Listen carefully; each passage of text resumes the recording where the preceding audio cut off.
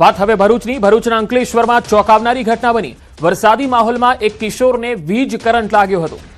સંજયનગર વિસ્તારમાં કિશોરને વીજ તારને અડી જતા જોરદાર વીજ કરંટ લાગ્યો. સ્થાનિકોએ કિશોરને વીજ તારથી મુક્ત કરાવ્યો હતો. આખી ઘટનાનો લાઈવ વિડીયો પણ સામે આવ્યો છે, જેમાં તમે જોઈ શકો છો કે કઈ રીતે આખી આ ઘટના બને છે. અંકલેશ્વરમાં આ ચોંકાવનારી ઘટના બની છે, જેમાં વરસાદી માહોલ વચ્ચે એક કિશોરને વીજ કરંટ લાગ્યો હતો. સંજયનગર વિસ્તારમાં આ કિશોર વીજ તારને અડી ગયો અને જોરદાર વીજ કરંટ લાગ્યો, જોરદાર ઝાટકો લાગ્યો. સ્થાનિકોએ કિશોરને વીજ તારથી મુક્ત કરાવ્યો હતો. આખી ઘટના જે છે એનો લાઈવ વિડીયો સામે આવ્યો છે.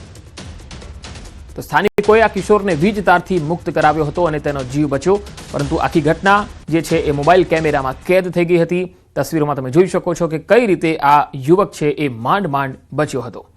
અંકલેશ્વરનો સંજયનગર વિસ્તાર, જ્યાં આ કિશોરને વીજ કરંટ લાગ્યો હતો અને એવો ઝાટકો લાગ્યો હતો કે આ જે યુવક છે એ ફસાઈ ગયો હતો.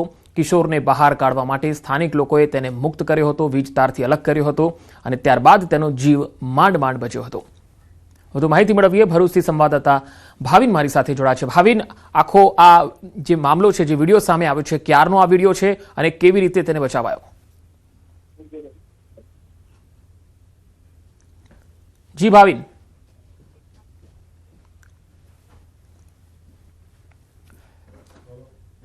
સંપર્ક કપાઈ ગયો છે, ફરી એકવાર સંપર્ક કરવાનો પ્રયત્ન કરીશું.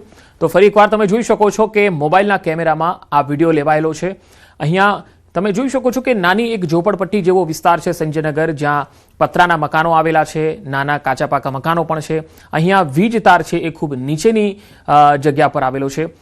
વધુ માહિતી મેળવીએ. સંવાદદાતા ફરી એકવાર જોડાયા છે ભાવિન ભરૂચથી. ભાવિન, આ જે વિડીયો છે એ ક્યારનો છે અને કેવી રીતે આ યુવકને પછી બચાવાયો?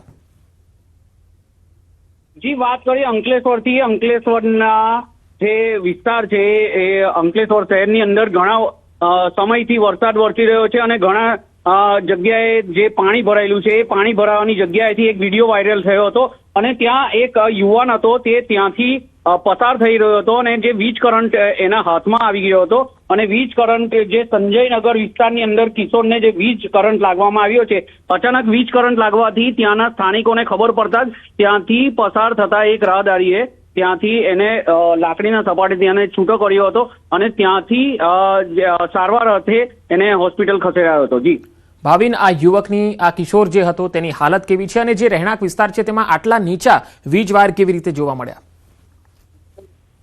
જી, વીજ પુરવઠો એવી રીતે પસાર થતો હતો કે એ જે ઘર, એક ઘરથી બીજા ઘરથી વીજ પુરવઠો પસાર થઈ રહ્યો હતો. ત્યાં અચાનક એ યુવકને ખબર ના હતી અને તે કોઈક જે પાણી પસાર થઈ રહ્યું હતું તેને સહારો લેવા માટે વીજ વાયરનો જે સહારો લેતા જ એને વીજ કરંટ લાગ્યો હતો અને અત્યારે એની હાલત સુધારા પર છે.